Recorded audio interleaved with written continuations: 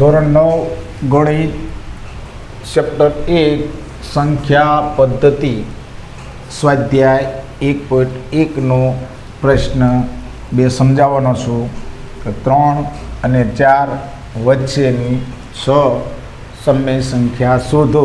અહીંયા તમારે 6 સમય સંખ્યા શોધવાની છે। 6 સમય સંખ્યા શોધવા માટે તમારે 7 વડે ગુણવા પડશે। તો કે આ 3/1 અને 4/1 આ 1 કેટલી સમય સંખ્યા શોધવાની છે 6। તો અહીંયા 7 વડે ગુણવા પડશે। 7 વડે ગુણતા તો 7 વડે ગુણો તો કે 3/1 અહીંયા 7 ગુણ્યા 7 7 તેરી 21 અને 7 એકા 7। હવે 4/1 ગુણ્યા 7 ગુણ્યા 7 728/7। હવે તમારે કેટલી શોધવાની છે કે 6 સમય સંખ્યા શોધવાની છે। તો અહીંયા તમારે આ 21/7 22/7 23/7 24/7 25/7 26/7 અને 28/7 આવી રીતે તમારે 6 સમય સંખ્યા શોધી શકો। તો માનો કે અહીંયા 1 2 3 4 5 અને 6 ઓકે।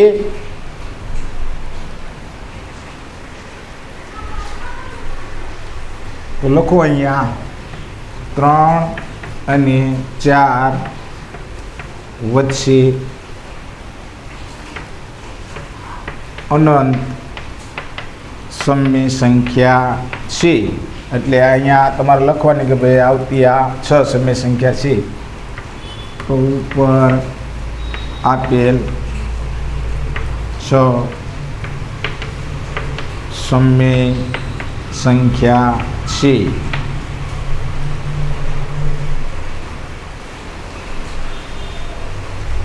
ત્રીજો પ્રશ્ન જોઈએ કે 3/5 અને 4/5 વચ્ચેની 5 સમય સંખ્યા શોધો। 5 સમય સંખ્યા શોધવા માટે અહીંયા 6 વડે ગુણતા એટલે 6 વડે ગુણવાના છે।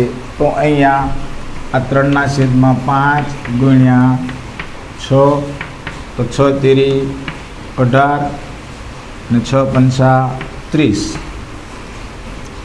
અહીંયા આ 4/5 ગુણ્યા 6 ગુણ્યા 6 6 24 6 × 30। હવે તમારે 18 થી 24 સુધી લેવાની છે સમય સંખ્યા। તો લખો તો કે અહીંયા 18/30 19/30 20/30 21/30 22/30 23/30 અને 24/30 આવી રીતે તમે કરી શકો। તો કે તમારે 6 સમય સંખ્યા લેવાની છે। તો ગણી લ્યો તો કે અહીંયા 1 2 3 4 5 અને 6 એટલે 18 થી 24 વચ્ચે 6 સમય સંખ્યા આવશે।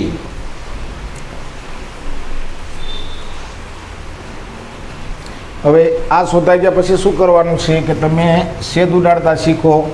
તો અહીંયા ઉડાડો તો કે કેટલા આવશે કે અહીંયા 18 છે અહીંયા 30 છે।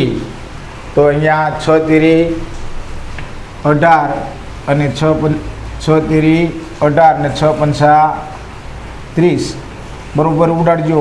માનો કે કોમન સંખ્યા હોય બહાર કાઢવાની છે।